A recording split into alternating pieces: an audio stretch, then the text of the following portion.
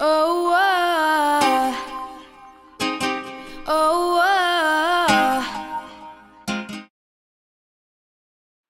In economics, demand refers to the willingness of a consumer to purchase a good or service at a given price. In this case, the consumer is willing to pay $1 for a single candy bar. Supply refers to the amount of a good or service that is available to consumers at a given price. In this case, the CEO of Nestle is offering consumers a single candy bar for the price of $1.10. A market is anything that consists of a buyer and a seller. Supply and demand are known as the market forces because they are what determine both the price and quantity of a given good. The supply side refers to the seller, while the demand refers to the buyer. Each party has their own desired price and quantity they are willing to negotiate. These differing forces interact to determine an equilibrium price and quantity that is reasonable for both the buyer and the seller. In a free market, which is one without regulation by any outside forces, price always moves toward equilibrium, which is represented as the point where supply and demand meet on a graph. The equilibrium price and quantity establish a mutual compromise for both the buyer and the seller. Here, both the consumer and the business providing the good are happy with a price of $3 for 30 units of the given good.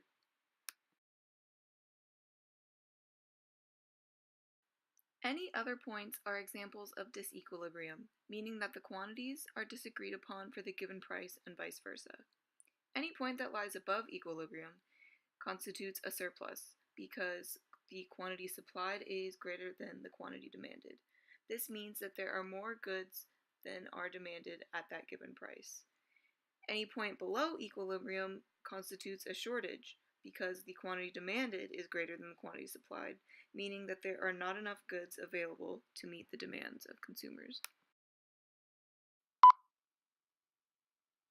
Now that you have a basic background of supply and demand, we want you to write down your favorite snack food and produce a list of circumstances that may cause you to buy more or less of it.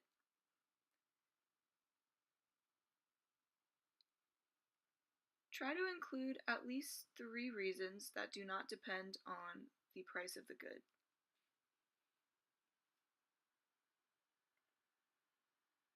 Our goal by the end of the video is to have you become aware of the scenarios that alter your purchasing patterns.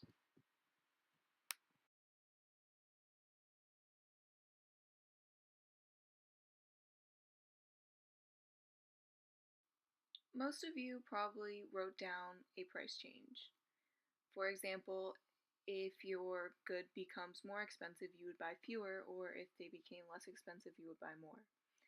This is demonstrative of the law of demand, which outlines the idea that as price increases, such as moving from point A to B, you demand a lower quantity, and if price lowers, you demand a higher quantity.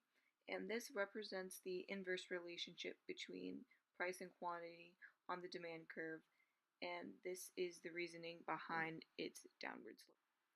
In the event that someone alters the quantity of a good that they buy because of a price change, this is known as a movement along a demand curve, not to be confused with a shift. Supply, on the other hand, is upward sloping to show the direct relationship between price and quantity. As one increases, so does the other, and as one decreases, so does the other. This is known as the law of supply. And this makes sense because sellers want to charge more if they supply more of their good, and this is because they want monetary gain. This self-interest is known as the profit motive, and it is one of the leading causes of any movements along the supply curve.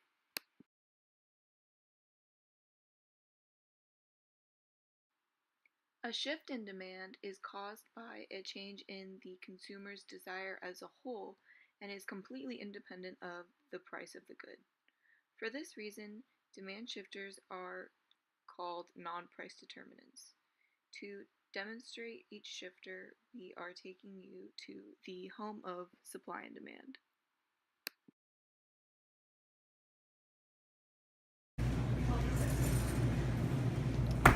What you looking for, buddy? Where's the egg gone? I mean, it's August, so... You're lying. Seasonal changes alter the demand for, you guessed it, seasonal goods. In this case, eggnog. This means that in the off-season, fewer people demand these goods, and they are typically found at a less expensive price. Hey yo, why is this fish so expensive? I know the perfect alternative. Look at this bad boy.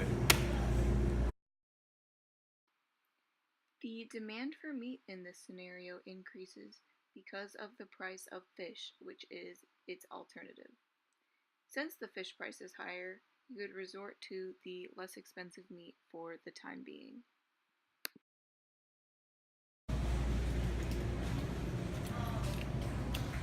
Ooh, hey, we making tacos? Who do you think I am? Of course we're not making tacos. You know how we do it in this household? Tastes and preferences refer to the certain goods that a person likes rather than others. In this case, Ethan would prefer to eat 5 pounds of rice rather than eating tacos. The corresponding demand changes for each good are shown. This factor is very important to keep in mind when it comes to societal changes which alter lifestyles and consumption patterns in the economy. Ethan, why'd you only get one great value peanut butter? It's kind of been rough at work, you know. I don't really make that much anymore. How's work been? It's been pretty good. You know, I just went from $9 to $9.25. Look at all of these. For normal goods, an increase in income means a consequent increase in demand. In fact, normal goods are defined based on whether or not their demand increases with an increase in income as well. Examples would be basic commodities and groceries such as milk or eggs or toilet paper, etc. A change in income is not to be confused with the income effect, which is when one feels richer or poorer because prices have changed and now their income buys different amounts of the same good. One type of normal good is a luxury good, which is usually only demanded with a great amount of wealth, as it denotes status or great craftsmanship. They are usually only demanded with a very large increase in income, as they tend to be extremely expensive.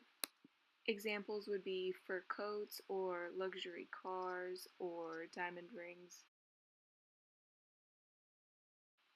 On the other end of the spectrum, there are inferior goods whose demand decrease with an increase in income.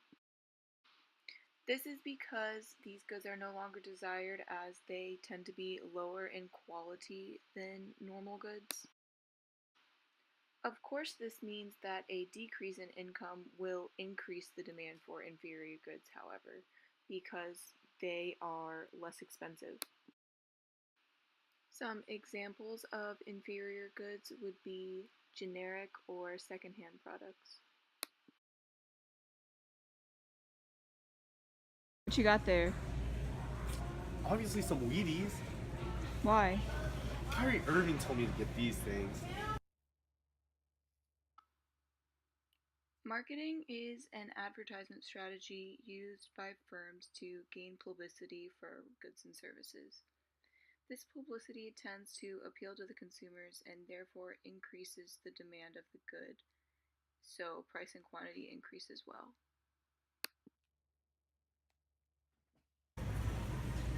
Dang, this ranch kind of cheap. You already know what that means.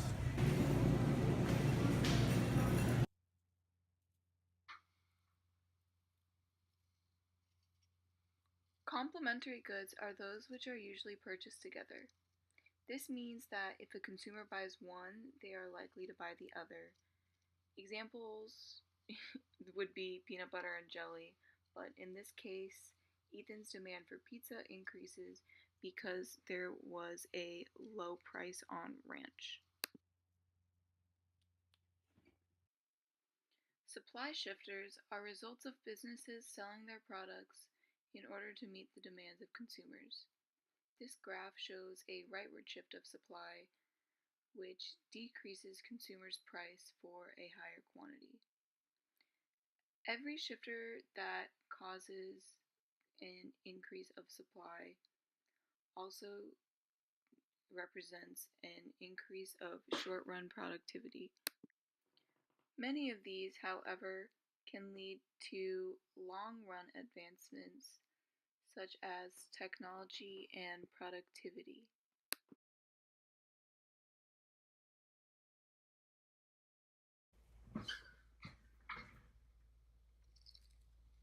The biggest shifter of supply is input costs for a firm. This is defined as the total price of resources needed for production of a certain good. An increase in input costs would lower supply because the goods are more expensive to produce. If the cost were to decrease, though, firms are able to supply more. These supply shifts have a direct impact on the market price and quantity, which affect both buyers and sellers of the market. The example above follows a lower chocolate supply after an increase in cocoa price, as cocoa is the main ingredient of chocolate. This communicates the importance of input costs on production. Yo, you trying to hit up that Aunt Jemima? Yeah, first it's off. It's Aunt Jemima, okay? And it's $2.82, but like, look at this. Miss Butterworth, 4 cents cheaper. Now it's thicker and richer than ever before.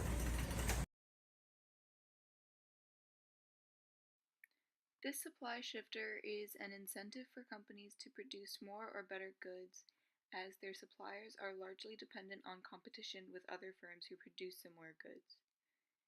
In order to profit, the good must be making the company money. In this case, the Butterworth Company has supplied more of its newer product, which consequently lowered its price in comparison to lead competitor Aunt Jemima. Hey, you heard of those new Wi-Fi bulbs? Yeah, they're kind of nice. Like, I mean, they're $20, but I mean, it does come in two, I guess. Walmart is arguably one of the leading grocery stores because of its immense supply. The company has found several ways to lower their input costs and increase their productivity and technology. These advancements are what makes the stores so successful. Technology like the convenient self-checkouts and productivity, which maximizes efficiency, has led to Walmart creating a mutualistic price and quantity relationship for both buyers and sellers. This economic success is largely based upon a thorough understanding of supply and demand and their mechanics. The comprehension of their functions are a crucial part of consumption and its application to economics. Take this time to revisit the list that you made at the beginning of this video and make any mental alterations relating to what you now know. Make sure you know the difference between a movement and a shift along both the demand and supply curves. A movement tends to show the relationship between price and quantity for both supply and demand. A shift, however, is completely independent from price. Make clear that demand is the market force that has the inverse relationship between quantity and price. Furthermore, quantity supplied and price have a direct relationship, meaning they both move in the same direction. These rules only apply to movements. It is very important that you understand price equilibrium and quantity equilibrium are where supply and demand meet. These two values are typically set for fairness and efficiency to be maximized. Most importantly, realize that supply and demand are equally as important as they play a key role in keeping both buyers and sellers happy.